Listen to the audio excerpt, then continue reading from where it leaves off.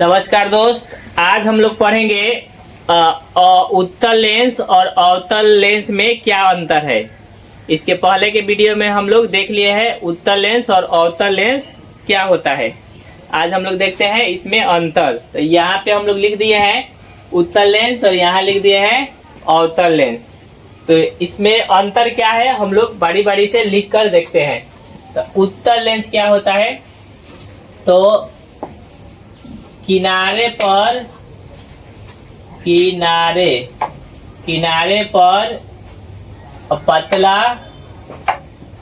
पतला भाग और बीच में मोटा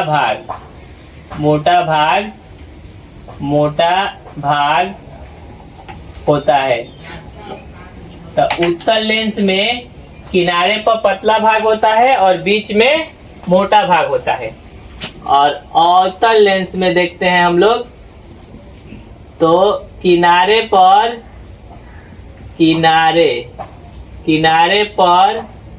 मोटा भाग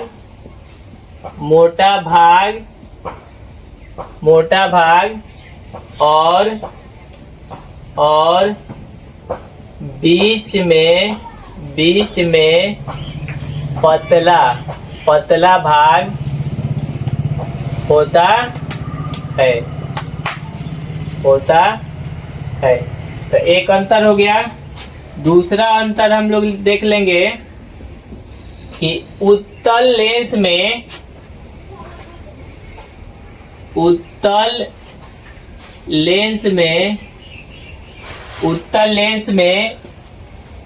प्रतिबिंब उत्तल लेंस में प्रतिबिंब वस्तु के आकार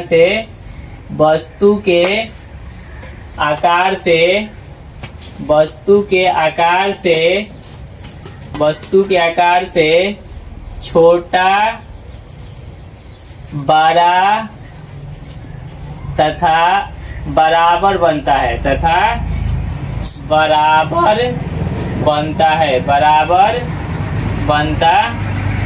है। और अवतल लेंस में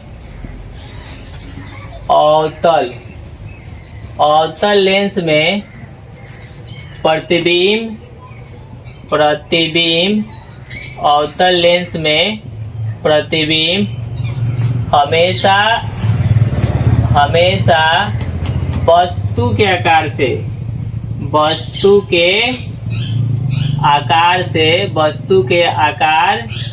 से छोटा बनता है,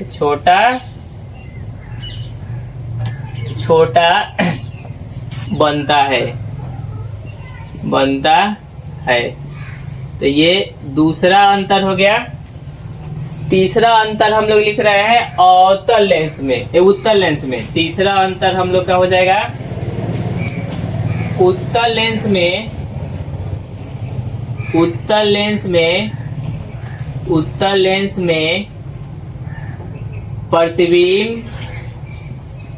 प्रतिबिंब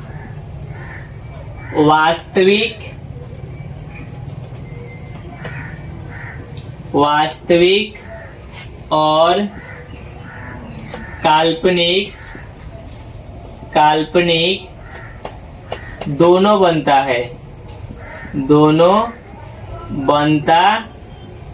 है।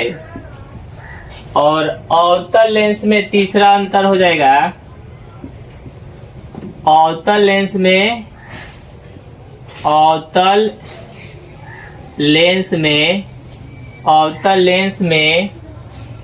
प्रतिबिंब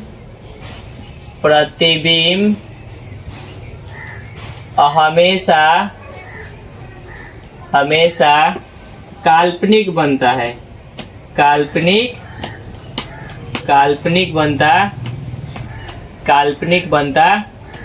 है। तो ये तीसरा हो गया। चौथा अंतर लिख रहे हैं हम लोग उत्तल लेंस में। उत्तल लेंस को अवतल लेंस को अभिसारी लेंस कहा जाता है। अभिसारी लेंस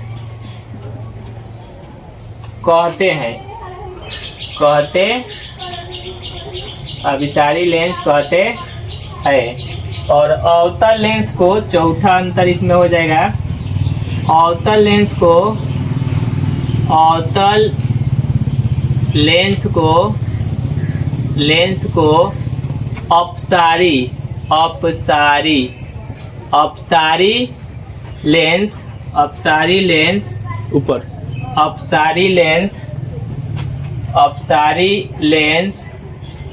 अपसारी लेंस कहते हैं।